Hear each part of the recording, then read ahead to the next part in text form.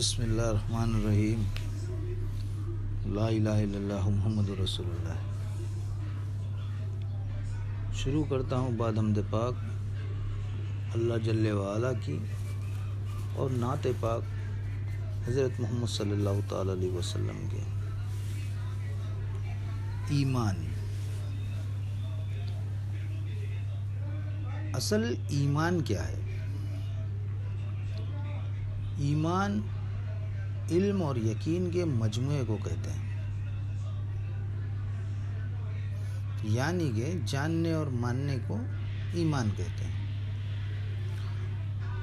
جو شخص اللہ کی وحدانیت اور اس کی صفات حقیقی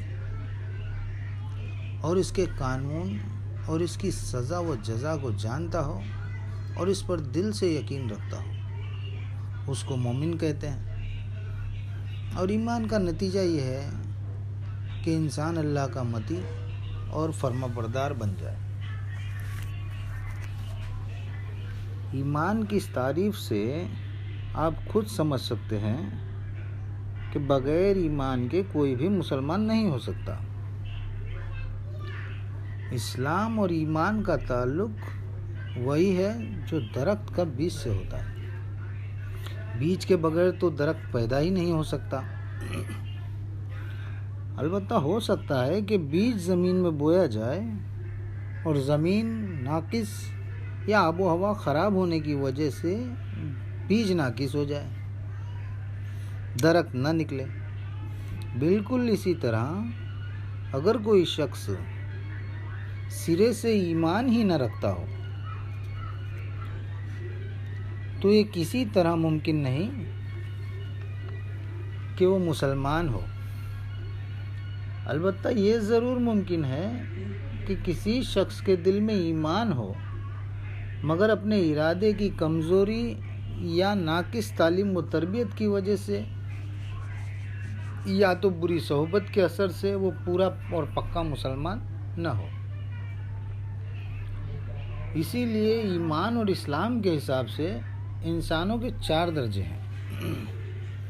اول درجہ تو یہ ہے جو ایمان رکھتے ہیں اور ان کا ایمان ان کو اللہ جل وعلا کا پورا مطیع بنا دیتا ہے۔ جس بات کو اللہ ناپسند کرتا ہے وہ اس بات سے اس طرح بچتے ہیں جیسے کوئی انسان آگ کو ہاتھ لگانے سے بچتا ہو، اور جس بات کو اللہ پسند فرماتا ہے وہ اسے ایسے شوق سے کرتے ہیں جیسے کوئی مال و دولت کمانے کے لیے شوق سے کام کرتا ہے۔ یہ اصلی ایمان ہے۔ دوسرا درجہ وہ ہے جو ایمان تو رکھتے ہیں مگر ان کا ایمان اتنا طاقتور نہیں ہے کہ انہیں پوری طرح اللہ کا فرما بردار بنا دے۔ یہ اگرچہ کمتر درجے کے لوگ ہیں لیکن بہرحال یہ مسلم ہیں، ان کو مسلمان کہا جا سکتا ہے۔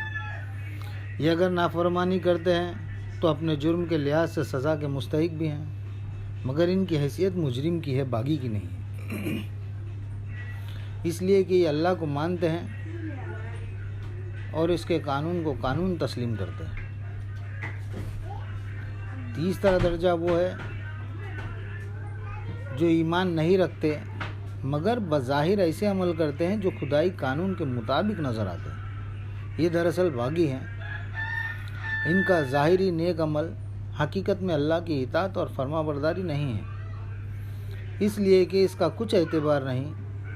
ان کی مثال ایسے شخص کی ہے، یعنی ایسے شخص کے جیسی ہے جو اللہ کو مانتا ہے مگر اس کے رسول کو نہیں مانتا، یعنی کہ وہ اللہ کے قانون کو قانون ہی تسلیم نہیں کرتا، اللہ کی وحدانیت کو مانتا ہے، رسول کی رسالت کا منکر ہے۔ اب رسول کی رسالت کا منکر یعنی کہ اللہ کے احکام کا منکر، تو وہ اللہ کے قانون کو کیسے تسلیم کر سکتا ہے؟ نہیں کرتا۔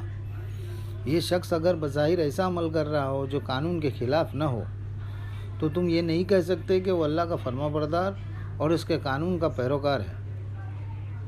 اس کا شمار تو بہرحال باغیوں میں ہی ہوگا۔ اب چوتھا درجہ وہ ہے جو ایمان بھی نہیں رکھتے اور عمل کے حساب سے بھی شریر اور بدکار ہیں۔ یہ سب سے بدتر درجے کے لوگ ہیں، کیونکہ یہ باغی بھی ہیں اور مفسد بھی ہیں۔ انسانی طبقے کی اس تقسیم سے یہ بات ظاہر ہو جاتی ہے کہ ایمان ہی پر دراصل انسان کی کامیابی کا انحصار ہے۔ اسلام خواہ وہ کامل ہو یا ناقص، ایمان کے بیچ سے ہے۔ جہاں ایمان نہ ہوگا وہاں کفر ہوگا، جس کے دوسرے معنی اللہ سے بغاوت کے ہیں۔ وہ بدتر درجے کی ہو یا کمتر درجے کی ہو، بغاوت تو بغاوت ہے، جس کی سزا بھی ویسے ہی ہے جو ایک باغی کی ہے۔